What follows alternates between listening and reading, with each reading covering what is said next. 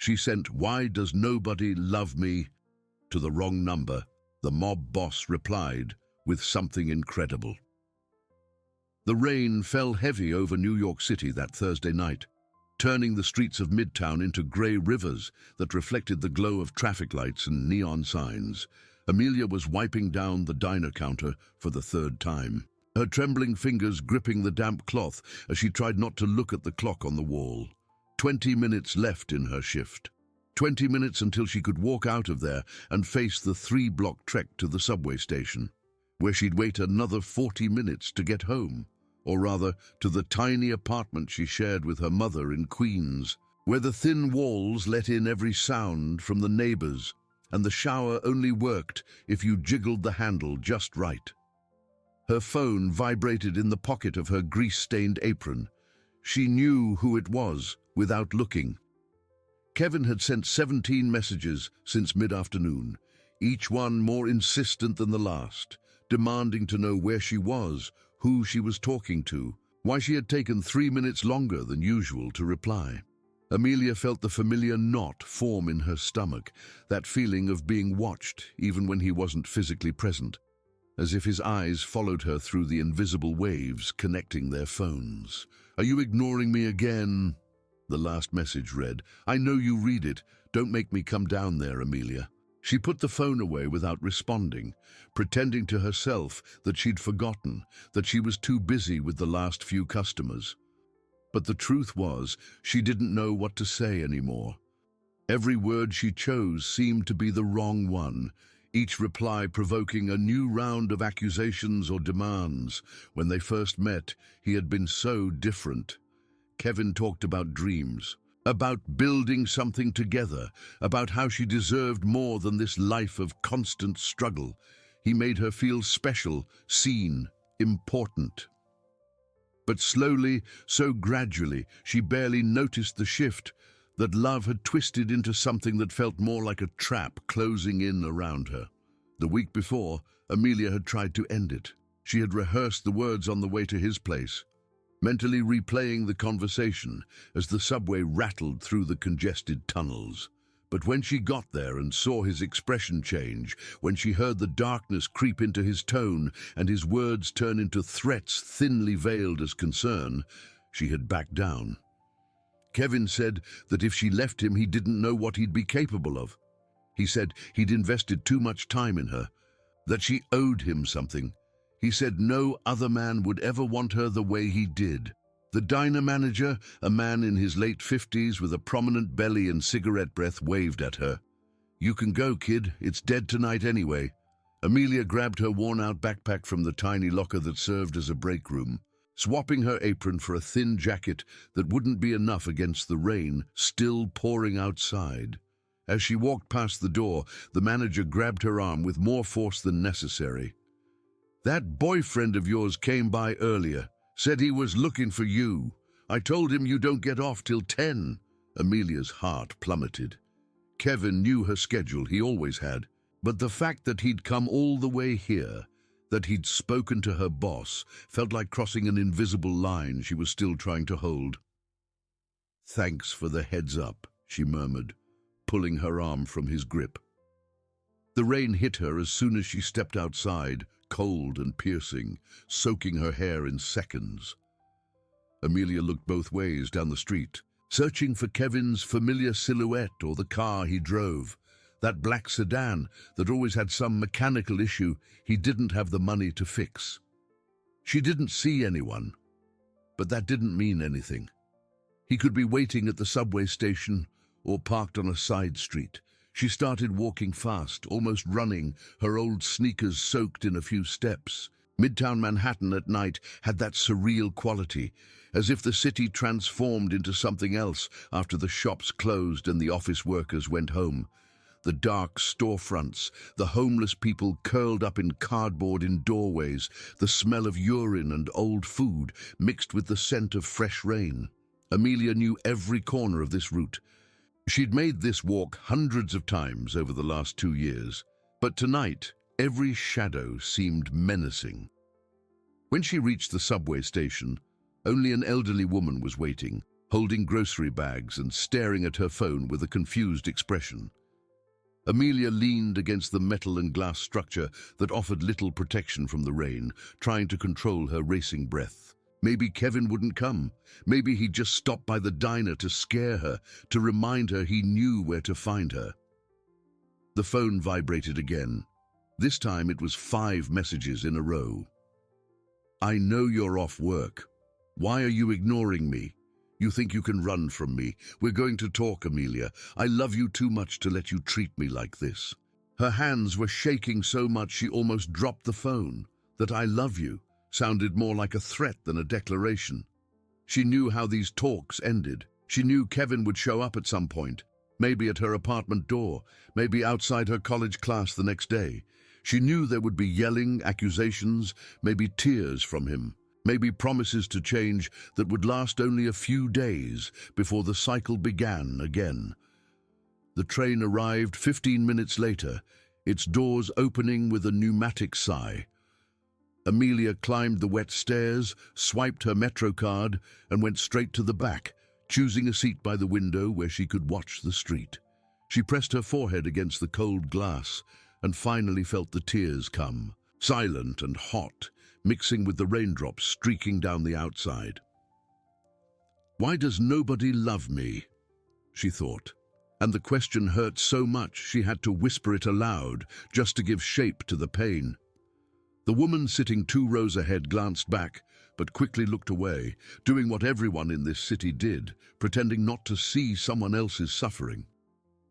When she got home an hour later, her mother was already asleep on the sofa bed in the living room, the TV still on, showing some reality show she watched religiously. Amelia locked the door carefully, double-checked the chain, and went to the window to confirm it was shut. The 4th-floor apartment offered little real security, but at least from here she could see if someone approached the building. She went to the bathroom, closed the door, and finally let herself break down. She sat on the cold floor, her back against the wall, and let the sobs come, muffling the sound with her hand so as not to wake her mother. All the exhaustion of the day, all the fear that had built up over the last few weeks, all the loneliness of having no one she could really talk to about what was happening, it all came to the surface at once. She picked up her phone with trembling hands, looked for Jessica's contact, her best friend since high school, the only person who might understand. But before hitting the call button, Amelia hesitated. Jessica had her own problems. She was taking care of a sick mother, working 2 jobs. It wasn't fair to dump more weight on her.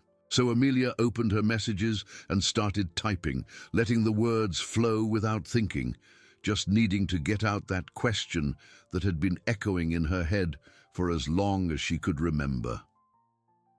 Why does nobody love me? She stared at the message for a long moment, the cursor blinking on the illuminated screen.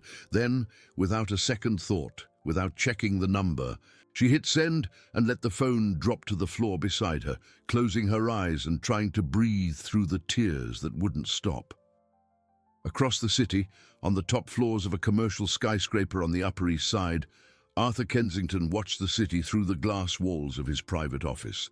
The meeting had ended 20 minutes ago, but the other men were still there, drinking expensive whiskey and discussing the details of the deal they had just closed. Arthur listened with half an ear, nodding when necessary, but his mind was elsewhere. He had spent the afternoon resolving a particularly delicate problem involving a property in the South Bronx that a rival developer was trying to acquire through methods Arthur considered dishonest. The solution had been direct and efficient, as his solutions always were, but it left a bitter taste in his mouth that not even the 25-year-old whiskey could wash away. There was a time when he felt satisfaction in these moments, a confirmation of his power and influence. Now, at 35, everything seemed to have lost its flavor. The phone vibrated in the pocket of his tailored Italian suit. Arthur pulled it out, expecting a message from Marcus, his right-hand man, or maybe from Valentina, The model he had gone out with a few times last month, who was still trying to stay in touch despite him making it clear he wasn't interested in anything serious, but the number was unknown, a local area code he recognized, but with no saved name. He opened the message and read the 5 words that appeared on the screen. "Why does nobody love me?" Arthur stared at the message, frowning. It was clearly a mistake, someone who had typed the wrong number. The sensible thing would be to ignore it or just reply informing them of the error. But something in those words held him. The raw vulnerability, the pain so evident even in such a short sentence. He found himself wondering who the person on the other end was, what kind of situation would lead them to ask that question in the middle of the night. Without thinking too much, still holding the glass of whiskey in his other hand, Arthur tapped on the number and went to the profile. There was no profile picture, just the default settings.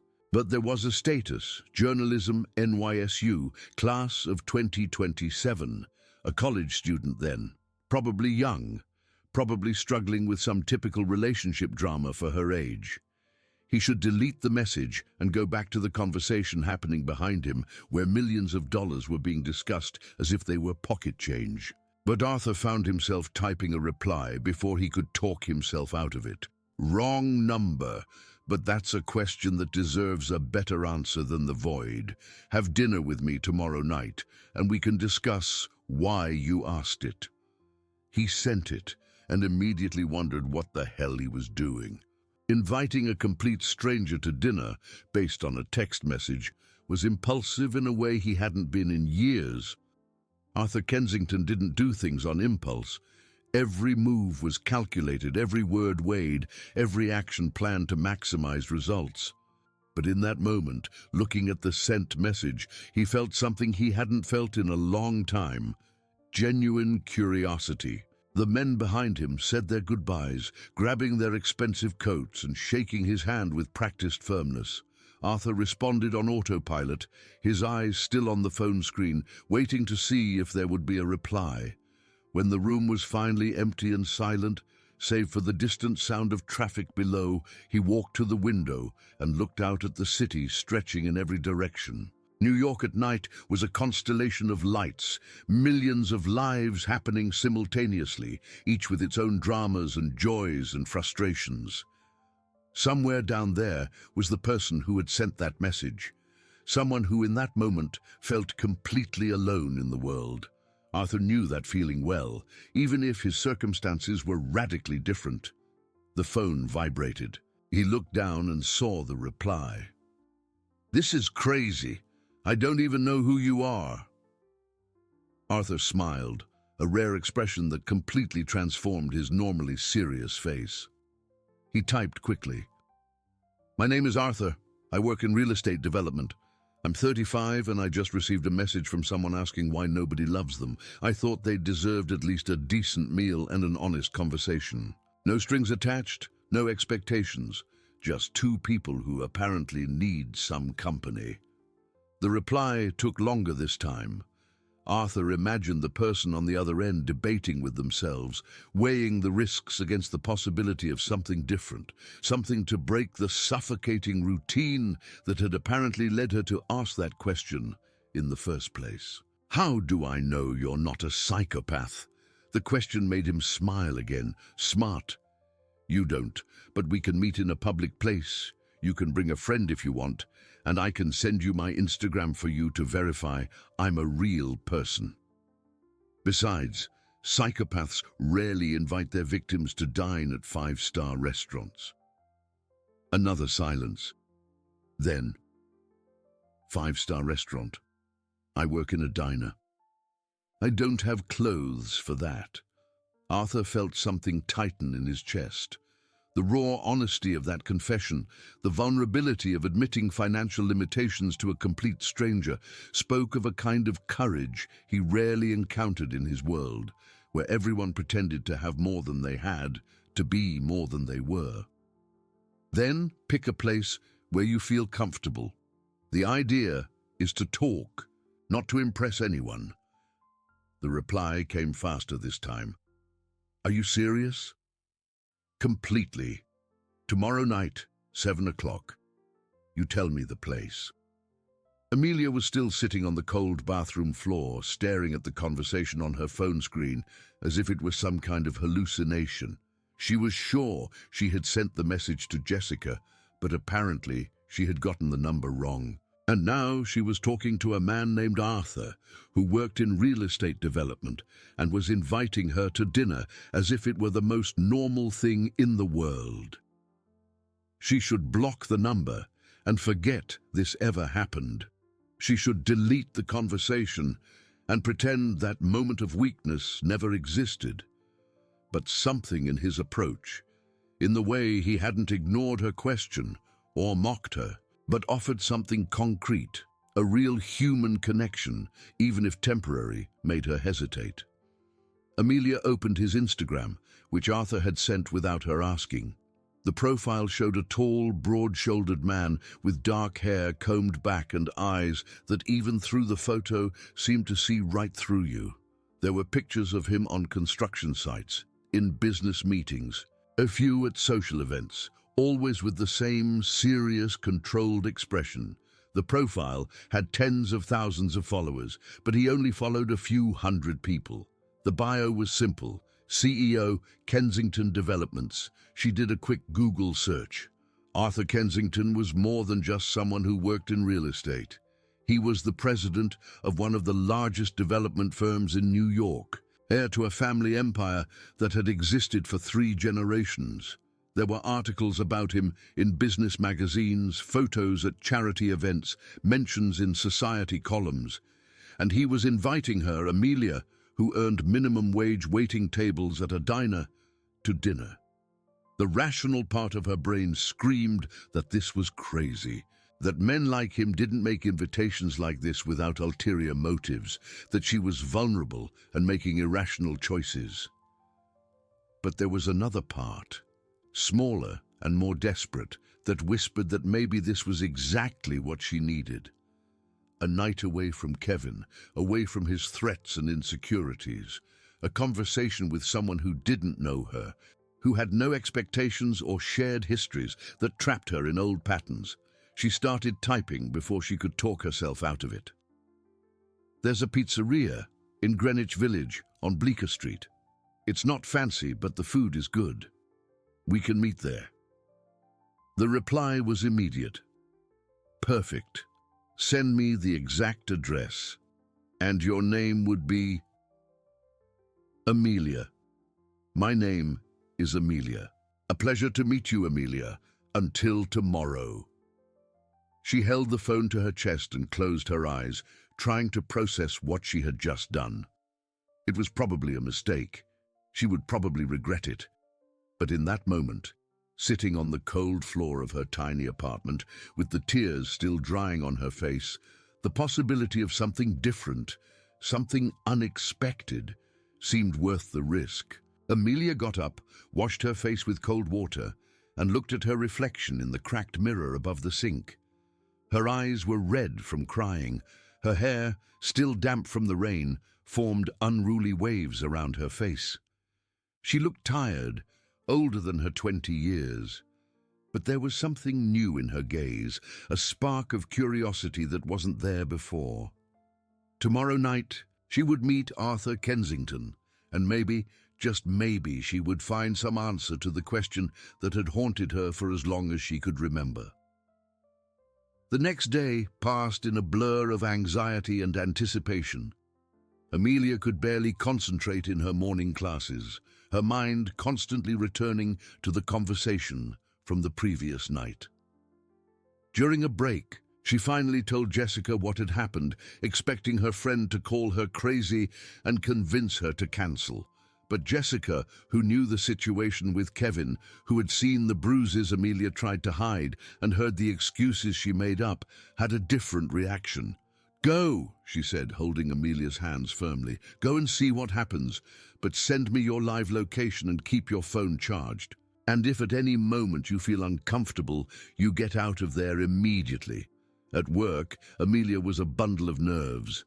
Every time the diner door opened, she looked up, expecting to see Kevin walk in, demanding to know about her plans for the evening. But he didn't show up, which was somehow worse, because it meant he was planning something, waiting for the right moment.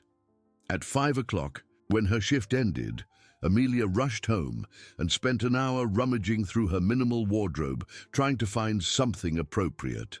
She finally chose a simple navy blue dress she had bought on sale years ago, low-heeled shoes that didn't hurt her feet, and a denim jacket that was at least clean. It wasn't the kind of outfit women in Arthur's world would wear, but it was the best she had. Her mother, who had woken up earlier that day between her work shifts, looked at her with a mix of worry and hope. "You look beautiful, honey. This guy you're meeting, is he a good one?" "I don't know, Mom. I just met him." The older woman, whose face bore the marks of decades of hard work and disappointments, touched Amelia's face tenderly. "Just promise me you'll be careful. Not all men who look like princes are good, and not all who seem ordinary are bad." Amelia kissed her mother's cheek, grabbed her small purse, and left before the tears could return. The subway ride to Greenwich Village took almost an hour in the heavy Friday night traffic. She got off 3 blocks before the pizzeria, wanting to walk a bit to calm her nerves. Bleecker Street was bustling with the typical weekend energy, young people flowing in and out of bars, couples walking hand in hand, the sound of live music spilling from somewhere nearby. Amelia arrived at the pizzeria at exactly 7 o'clock and stopped on the sidewalk across the street, watching the entrance. He was already there. Arthur Kensington was standing near the door, checking his phone, wearing dark jeans and a white button-down shirt with the sleeves slightly rolled up. No suit, no ostentation. But even from a distance, it was impossible not to notice his presence, the way he held himself, the natural confidence of someone accustomed to commanding any room he entered. Amelia took a deep breath and crossed the street. Arthur looked up from his phone just as she approached, and she saw the moment he recognized her, a small smile appearing on his lips. "Amelia," he said, and the way he pronounced her name, slowly and with real attention, did something strange to her stomach. "Arthur," she replied, trying to keep her voice steady despite her nerves. "You came." "I said I would," he answered simply, ready to find the answer to your question. They went into the pizzeria and found a table in the back, away from the main hustle. The place was cozy without being fancy, exactly the kind of establishment where Amelia felt comfortable. Arthur held the chair for her, an old-fashioned gesture that caught her by surprise, and then sat across the table, his dark eyes never leaving her face. "So," he began after they ordered drinks, a beer for him and a juice for her. "Tell me about last night's message. What led you to ask that question?" Amelia fiddled with the napkin in her lap, debating how much to reveal to this man who was essentially a stranger. But there was something in his gaze, an intensity that suggested he really wanted to know, that he wasn't just making polite conversation. That made her decide on honesty. "I was having a rough night," she said slowly. "Problems with my boyfriend, or ex-boyfriend. I don't know what he is anymore. And I was just tired of feeling invisible, like I don't matter to anyone." Arthur didn't respond immediately, just watched her with that complete attention that was both comforting and intimidating. "And now?" he finally asked. "How do you feel now?" "Confused," Amelia admitted, meeting his eyes. "Because I don't understand why you're here. Why a man like you would answer a wrong number text and invite a complete stranger to dinner." Arthur leaned forward, his forearms resting on the table. "You want the honest answer?" She nodded. "Because I recognize something in that question. A loneliness I understand very well, even if my circumstances are different from yours. And because I'm tired of superficial conversations with people who only talk to me because they want something. You don't know who I am. You don't want anything from me. That's rare in my world." The food arrived and they ate in a silence that gradually became comfortable. Amelia found herself watching Arthur, the way he moved, the consideration in every gesture. He didn't eat like someone in a hurry or with something to prove. He was genuinely present in the moment. "Tell me about yourself," Arthur asked when the plates were half empty. "What are you studying? What are your dreams?" And Amelia found herself talking, the words flowing more easily than she expected. She told him about her journalism major, about her dream of one day telling stories that mattered, giving a voice to people like her who were ignored by the mainstream media.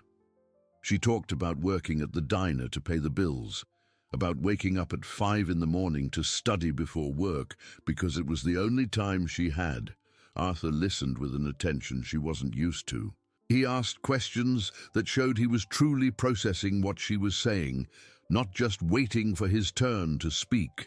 And when it was his turn to share, he spoke about the weight of carrying a name that came with impossible expectations, about losing his father too young and having to grow up too fast. He didn't specifically mention his business or his wealth, and Amelia appreciated that. It was as if they had made a silent agreement to get to know each other as people first, setting aside the external markers that usually defined their identities. When the check came, Arthur paid it before Amelia could even protest. They walked out onto the street, where the night had cooled and the crowds had grown. Arthur looked at her, the streetlights casting shadows on his face. "Can I take you home?" he offered. Amelia hesitated. The part of her that was still cautious, that remembered her mother's warnings and the frightening statistics every woman knew, wanted to say no. But another part, the part that had spent the last few hours talking with this man and had seen nothing but genuine kindness, wanted to say yes. "Okay," she finally said, "but I live far, out in Queens." "Not a problem," Arthur replied, gesturing to a black car parked a few spaces down. He opened the passenger door for her, waited until she was comfortably settled before closing it and walking around.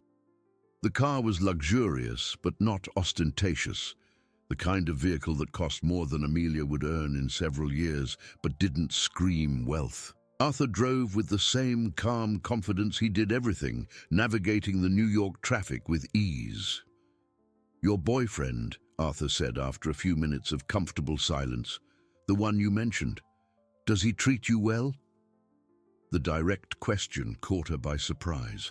Amelia looked out the window, watching the city pass by, the lights becoming sparser as they moved away from the city center. "No," she admitted softly. "He doesn't treat me well, and I know that. But it's complicated." Why is it complicated? Amelia thought of all the reasons she had given herself over the months. Because she had invested time in the relationship. Because ending it seemed scarier than staying. Because Kevin said he loved her, even if his actions contradicted his words. "Because I'm afraid," she finally said, the truth coming out before she could censor it. "Afraid of what he might do if I really end it. He follows me, texts me constantly, shows up at my work. And I don't have the resources to protect myself if he decides to escalate things." Arthur didn't answer right away, but she saw his jaw tighten, his fingers clenching a little more firmly on the steering wheel. When he spoke, his voice was low but carried a weight that made Amelia turn to look at him. No one should have to live in fear like that, especially not from someone who claims to love you. They reached Amelia's neighborhood, and she pointed out the street, feeling a shame she hated but couldn't help. The contrast between Arthur's world and hers had never been more obvious than in that moment, as his car passed by run-down buildings and poorly lit streets. "It's there," she said, pointing to her building. Arthur parked in front and turned off the engine. "Amelia," he said, turning to face her in the small space of the car, "I want to see you again. But before that, I want you to know that if you need help with this situation, if he threatens you or scares you, you can call me. Any time." "Why would you do that?" Amelia asked, genuinely confused. "You barely know me." Arthur reached out and gently touched her face. a gesture so unexpected and intimate it stole her breath. "Because you asked me a question last night that deserves a better answer. Why does nobody love me? The truth is, Amelia, I think a lot of people could love you. You've just been surrounded by the wrong ones." Then he leaned in and kissed her forehead, a chaste kiss that somehow meant more than anything more physical could have. "Think about what I said, and call me if you need to." Amelia got out of the car in a daze, her feelings so jumbled she could barely process what had just happened. She turned to wave, but Arthur was already waiting, watching until she was safely inside the building. In the days that followed, Amelia found herself constantly thinking about Arthur.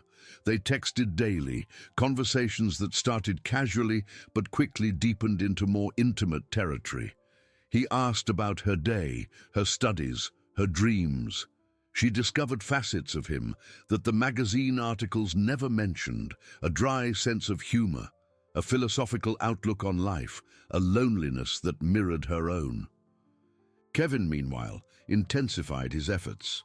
The messages became more frequent, more desperate. He showed up at her college twice, forcing conversations that left Amelia trembling with anxiety. He sent flowers to the diner with a card that read, "I miss you," as if the last few weeks of controlling behavior had never happened. It was during one of these uninvited appearances, when Kevin cornered her after class demanding to know why she was ignoring him, that Amelia finally used the number Arthur had given her. She locked herself in a campus bathroom and, with trembling hands, made the call. Arthur answered on the first ring. "Amelia?" She explained the situation in a shaky voice, feeling simultaneously relieved and pathetic for needing help. Arthur listened without interrupting, and when she finished, he simply said, "Stay where you are. I'll handle it." 30 minutes later, Kevin left the campus with an expression Amelia had never seen before, genuine fear. He walked past her without a word, got in his car, and never came back. Amelia learned later, through Jessica, who had a mutual friend, that Kevin had been approached by two men who made it very clear that if he came near Amelia again, there would be serious consequences. The part of her that believed in solving problems through proper channels, through police and restraining orders, should have felt uneasy about Arthur's methods. But the part that had lived in constant fear for months, that knew the ineffectiveness of the system when it came to protecting women from violent men, could only feel a deep, overwhelming relief. That night, when Arthur called to check if she was okay, Amelia couldn't hold back the tears. "Thank you," she said through sobs. "I don't know how you did it, and maybe it's better I don't know. But thank you. You don't have to live in fear, Amelia." Arthur replied, his voice firm but gentle, "And now you don't have to anymore." Their second date happened a week later, this time at a place Arthur chose, a discreet but elegant restaurant in Soho. Amelia wore the same blue dress, but this time she felt less out of place, more confident. Arthur was waiting for her at the entrance, and when he saw her, the smile that lit up his face made her heart leap. They talked for hours, the food growing cold on their plates, as they got lost in discussions about everything and nothing. Arthur told her about the pressure of upholding the family legacy, about the impossible expectations and moral compromises he sometimes had to make. Amelia spoke of her dreams of investigative journalism, of exposing injustice and giving a voice to the voiceless. "You're an idealist," Arthur observed, but it didn't sound like a criticism. "And you're a cynic," Amelia retorted. "But I think deep down you want to believe things can be better." "Maybe you're making me more of an idealist," he admitted, taking her hand across the table. His touch sent electricity up her arm. Amelia looked at their intertwined hands, so different in size and texture, and let herself imagine what it would be like if this became something real, something lasting. But reality intruded when they left the restaurant and were snapped by a gossip columnist's photographer who recognized Arthur. The next day, there was a small item on a gossip blog. Arthur Kensington, NYC's most eligible bachelor, on an intimate dinner with a mystery brunette. Who's the lucky lady? The news, however minor, brought consequences. Marcus, Arthur's right-hand man, called, worried about his image, about how associations with the wrong kind of people could affect important deals. Amelia's mother saw the photo online and was simultaneously proud and terrified, reminding her daughter that rich men don't marry poor girls, that she would only get hurt in the end. Arthur and Amelia met at his apartment that night, a penthouse space that occupied the top floor of a luxurious Upper East Side building.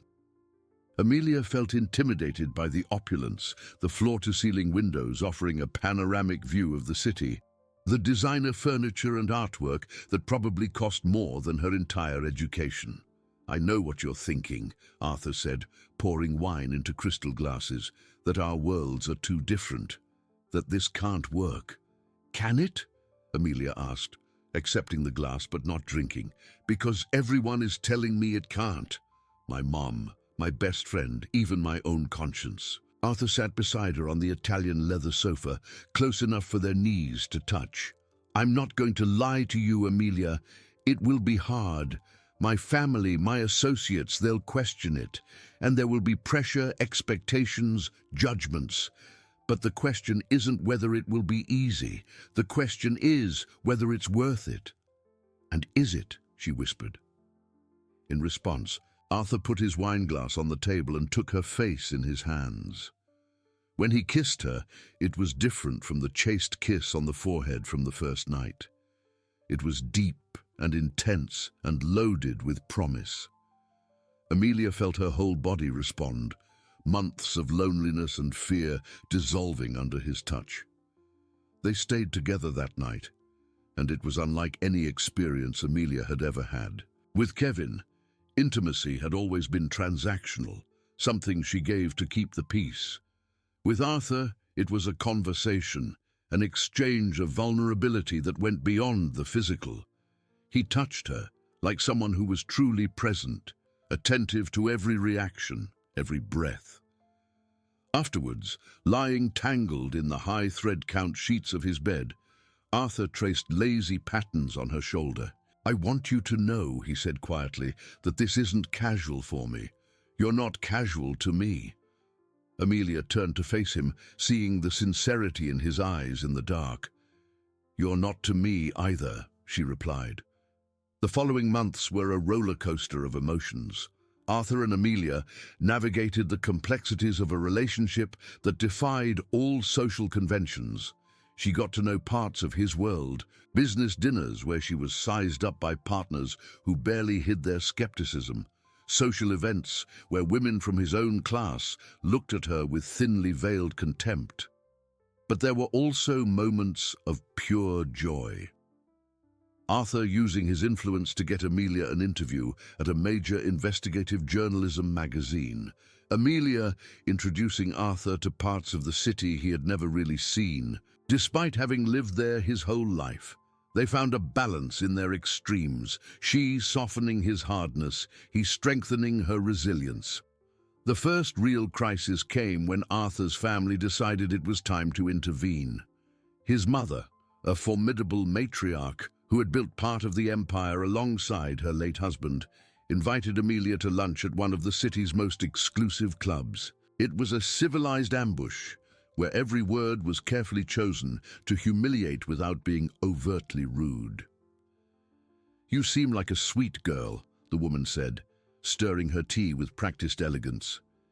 "And I understand the attraction my son might feel for you.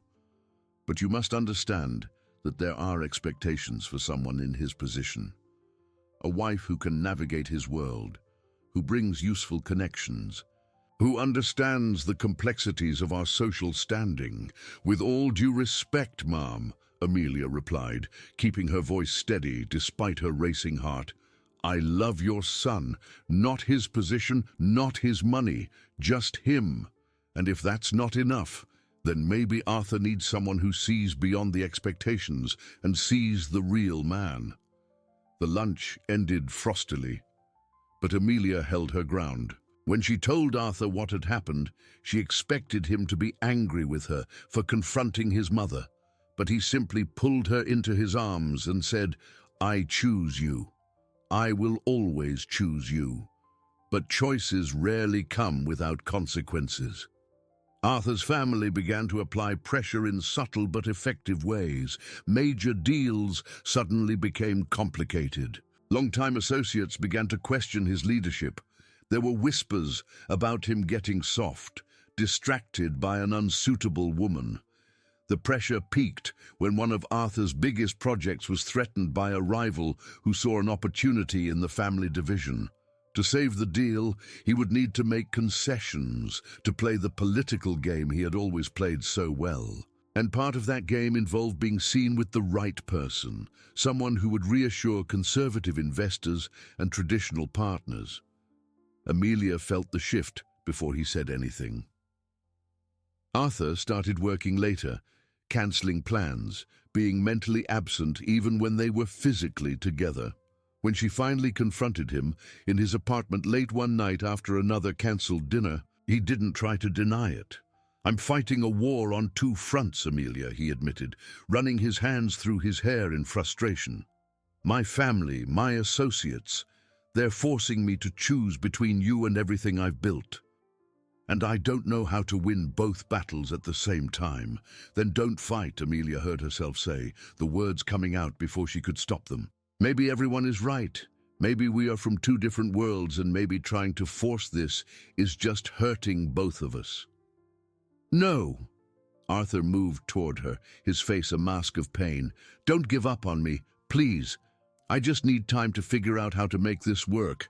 But time was a luxury they didn't have. The situation escalated when photos of Amelia hit the press, not the glamorous shots from social events she occasionally attended with Arthur, but old photos from her public high school, her home in Queens, of her working at the diner.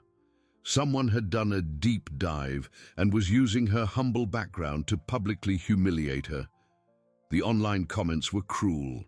She was called a gold digger, an opportunist, a schemer in disguise. Every word was a stab to her already fragile self-esteem. Amelia found herself questioning everything, her own perception of the relationship, her motives, whether she had any right to be with someone like Arthur. It was Jessica who finally shook her out of the spiral of self-doubt. "Do you think you're the first woman to fall in love with someone from a different class?" she asked, grabbing Amelia's shoulders and forcing her to make eye contact. "Do you think real love respects a bank account? Stop letting these people define you. You know who you are.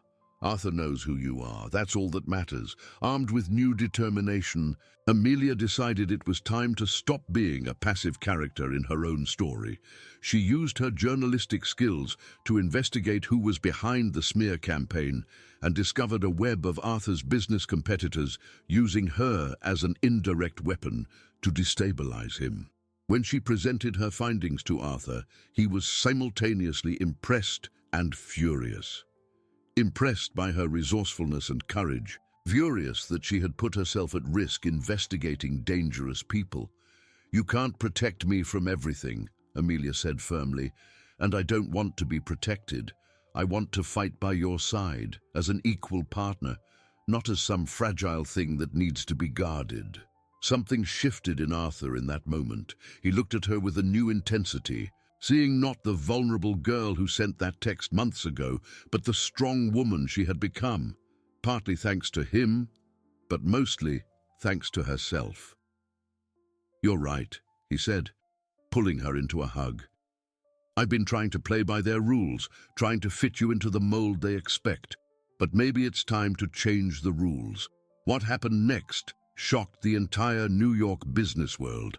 Arthur called an emergency board meeting and gave a speech that would be quoted in business articles for months.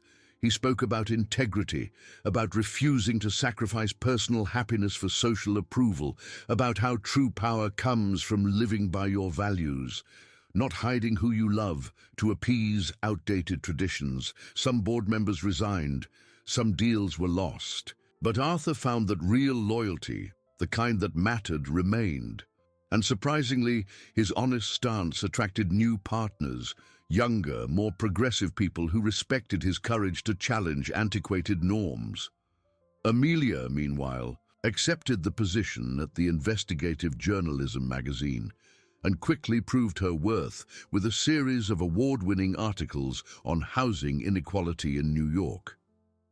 She became known on her own merit, not just as Arthur Kensington's girlfriend, but as Amelia Ross, a talented journalist with a unique voice. The reconciliation with Arthur's family came gradually, not through grand gestures, but through small moments. His mother, seeing the genuine happiness in her son and the way Amelia unconditionally supported him, began to soften. She invited Amelia for private lunches where real conversations replaced icy politeness. The marriage proposal happened in the least expected place, not in a five-star restaurant or on an international trip, but in the small apartment in Queens, where Amelia still lived with her mother, refusing to move out even when Arthur offered. He showed up unannounced on a Wednesday night, climbed the 4 flights of stairs, and knelt on the worn linoleum of the living room floor. "Amelia Ross," he said, holding a velvet box that contained a simple but beautifully designed ring. "You asked me a question months ago. Why does nobody love me? And I've spent all this time trying to prove to you that you deserve to be loved.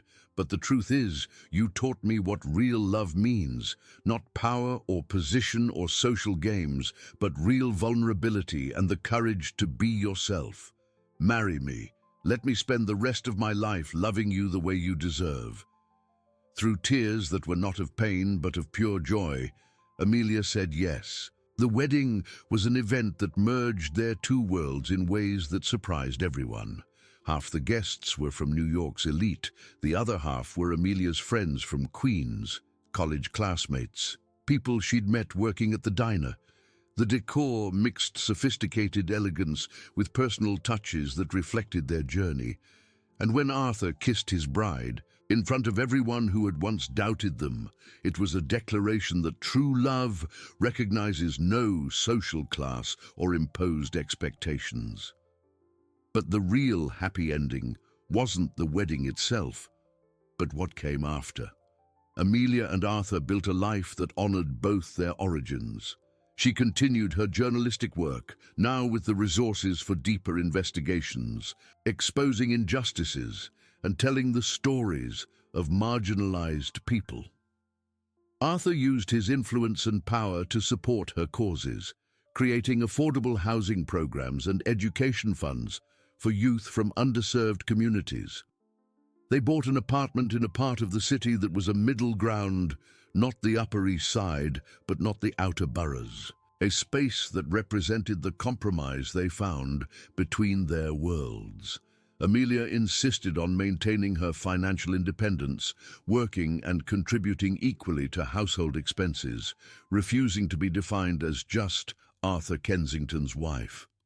There were challenges, of course. Cultural differences that sometimes caused friction, family members on both sides who never fully accepted their union, constant social pressures, but they faced every obstacle together with the strength that comes from a genuine partnership built on mutual respect and true love.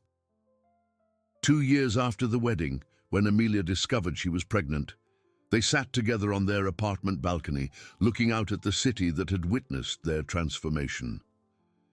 "Do you still wonder why nobody loves you?" Arthur asked, his hand resting protectively on her still flat stomach. Amelia smiled, remembering the scared, desperate young woman who had asked that question to a wrong number on a rainy night that seemed like a lifetime ago.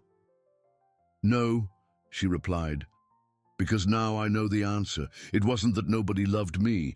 It was that I hadn't yet found the right person. Someone who would see me truly and choose to love me not in spite of who I am, but because of who I am.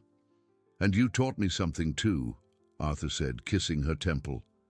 That real power doesn't come from control or intimidation, but from vulnerability, from allowing yourself to love completely, even when it's scary, even when it challenges everything you thought you knew about yourself. New York City continued its chaotic dance around them.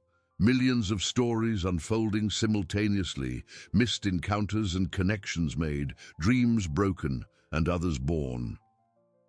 Somewhere in the city, someone else was perhaps asking the same question Amelia had, feeling the same crushing loneliness. But Amelia now knew that the question, as painful as it was sometimes the first step to finding the answer, because sometimes true love comes from where we least expect it. Sometimes it comes from a wrong number, from a moment of shared vulnerability with a stranger who becomes the most important person in your life. Sometimes it means fighting against everyone, including parts of yourself. But when it's real, when it's built on a foundation of honesty and respect and a willingness to grow together, it's worth every sacrifice, every judgment, every moment of doubt. And so, on that balcony as the sun set over New York, painting the sky in hues of orange and purple, Amelia and Arthur held each other, two survivors from different worlds who had found in each other not just romantic love, but true partnership, deep understanding, and the answer to the question they both carried, but only Amelia had the courage to ask aloud. Why does nobody love me? Because finally, after all the struggle and transformation, she had found someone who loved her not despite her humble background or her emotional wounds or her independent determination, but because of all those things that made her exactly who she was. And in that love, she found not just external validation, but the confidence to finally love herself.